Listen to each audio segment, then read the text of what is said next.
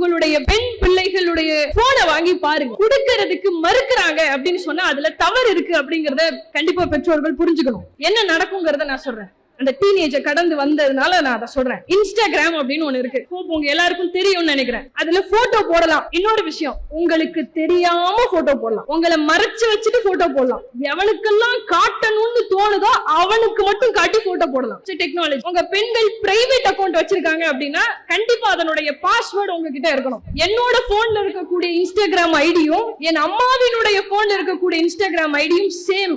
இதுல எனக்கு எந்த வருத்தமும் கிடையாது. அதுல அவங்களும் லாகின் பண்ணிருக்காங்க. யாராவது எனக்கு சலாம் சொன்னா அந்த நோட்டிபிகேஷன் என் அம்மாவுக்கும் போகும். யாராவது என்ன அழகா இருக்கேன்னு சொன்னா அந்த நோட்டிபிகேஷன் என் அம்மாவுக்கு போகும். நான் சேஃப் தானே? அப்படி நான் சேஃபா இருக்கனாலதான் நீங்க நின்று என்னால பேச முடியுது. இந்த சேஃபர் ஜோனை உங்களுடைய பிள்ளைகளுக்கு கொடுக்கணும். மேடையில நின்று பேசுறதுக்காக நான் சொல்லல, படிக்கிறதுக்காக நான் புக்க திறந்து வச்சு படிக்கும் போது என்ன நடக்கும்? பின்னாடி பட்டாம்பூச்சி பறந்துகிட்டு இருக்கும், பின்னாடி அவனோ வயலின் வாசிக்கிட்டு இருப்பான், பலூன் எல்லாம் பறந்துகிட்டு இருக்கும். அப்புறம் எப்படி படிப்பு மண்டையில ஏறும்?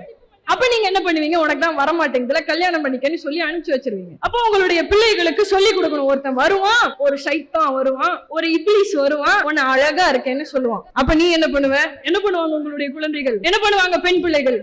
6வது அறிவை அவன்கிட்டே கொடுத்துருவான். இல்ல வச்சுக்க. அவங்களுக்கு என்ன, சே நம்ம அம்மா சொல்லலையே நான் அழகுன்னு, என் அத்தா சொல்லலையே நான் அழகுன்னு, எவனோ ஒருத்தன் அவன் பார்வைக்கு நான் அழகா தெரிஞ்சிருக்கேன், அப்ப நான் அவன் கிட்ட பேசணும். அல்லாஹ் உன்னை அழகாக படைத்திருக்கு, உன்னுடைய பெற்றோர்கள் உனக்கு உருவம் கொடுத்திருக்கிறாங்க, அவர்களை விடவா இன்னொரு உனக்கு நீ அழகா தெரிஞ்சிட போற. அவங்க சொல்றது இல்ல, அவ்வளவுதான். பெண் பிள்ளைகள் ரொம்ப உஷாரா இருக்கும். அவன் சொல்லுவான், நீ ரொம்ப அழகா இருக்க, you look so very beautiful, உன்ன மாதிரி ஒரு அழகே நான் பார்த்ததே இல்லைம்மா. உடனே இவளுக்கு என்ன தோணும்?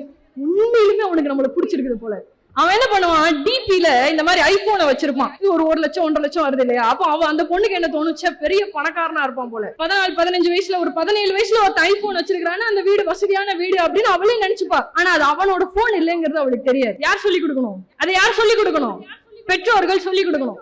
ஐபோனை வச்சுட்டு ஒருத்தன் இப்படி போட்டோ போட்டிருப்பான் மிரர்ல தெரியற மாதிரி, அவன்கிட்ட நோக்கியா போன் கூட இருக்காது, அவன் டெலிபோன் பூத்துல தான் போன் பேசுறவனா இருப்பான். அவன்கிட்ட போய் நீ ஏமாந்துட கூடாதுன்னு சொல்லி தரணும். ஸ்டோரி போடுவான், பெரிய 5 ஸ்டார் ஹோட்டல்ல நிறைய சாப்பாடெல்லாம் வச்சு போட்டோ எடுத்து I am chilling at 5 star ஹோட்டல்னு போடுவான்.